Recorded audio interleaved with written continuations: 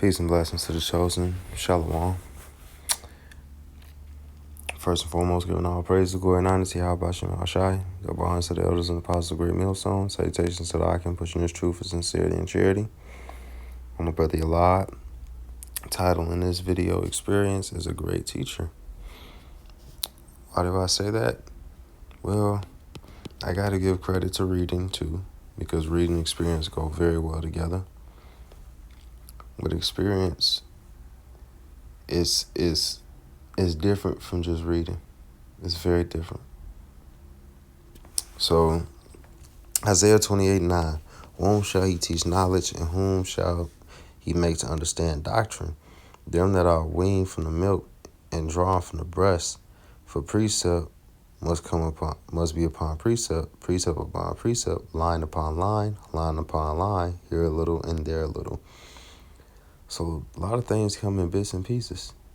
You get a reading here, you get experience there.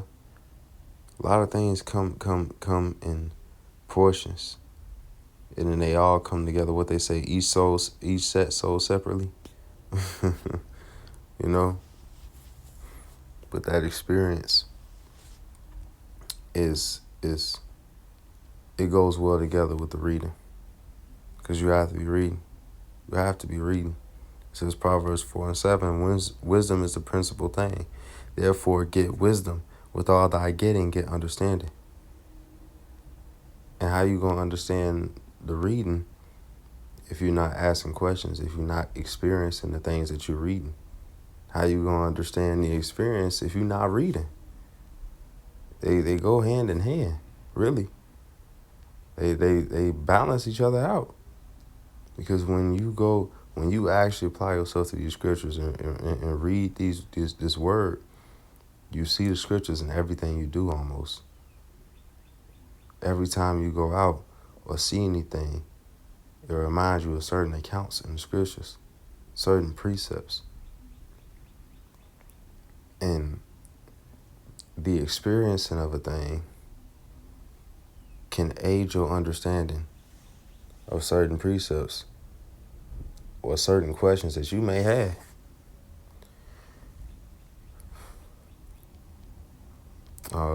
Revelations 1:3, blessed is he that readeth, and they that hear the words of this prophecy, and keep those things which are written therein, for the time is at hand. Hey, what we're going through right now, as an example, is a great lesson. Here it is, the world is in the hand of the wicked. Here it is, the world is in the worst state it's ever been in. But this is experience. This is going to teach everybody that this is what it's like when the wicked are rulership versus in the kingdom, it's going to be perfect when the righteous are in rulership. That's an experience. But we know based off the reading that it says when the wicked are in rulership, the people mourn. When the righteous are in rulership, the people rejoice. We know that based off the reading. But applying them both together, man, bringing them both together can aid passing the torch, passing on the information. The scripture talks about make it plain upon tables. Even Apostle Paul said, I made all things that I may edify. Roughly paraphrasing it, roughly, not trying to butcher that scripture. He said that, but basically what he's saying is that he made similitudes for edification, for understanding to be passed on. What is that, Habakkuk? I want that Habakkuk 2. Habakkuk 2:2. And the Lord answered me and said, write the vision, and make it plain upon tables, that he may run that readeth it. Right. And the vision, you can liken that unto an experience. And writing that down, right? Writing it down is to hand the reading over. Once you experience something and read,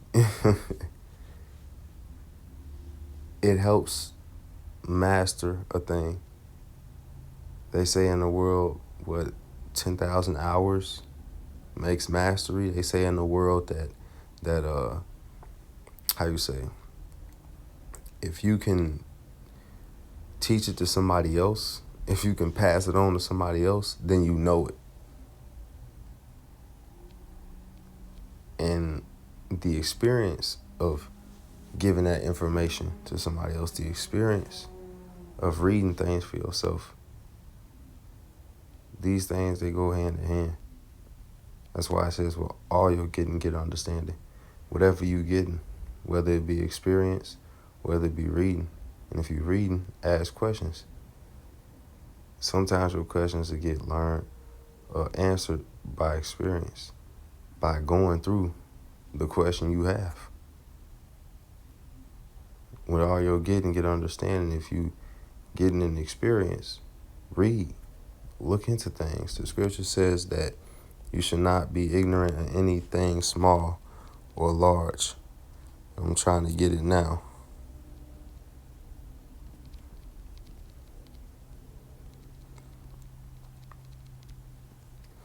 Sirach, also known as Ecclesiasticus 5 and verse, Sirach chapter 5 and verse 15.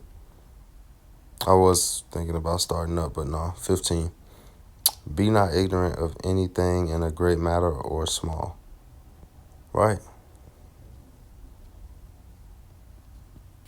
That's perfect. And how do you do that? With much experience and much reading. You see?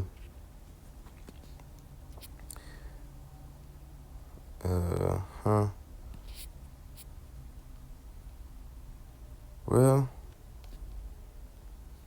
nah, I could leave it at that.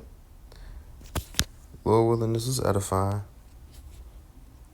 I'm going to give all praises, glory, and honor to Yahweh, Bahashem, Yahweh Shai.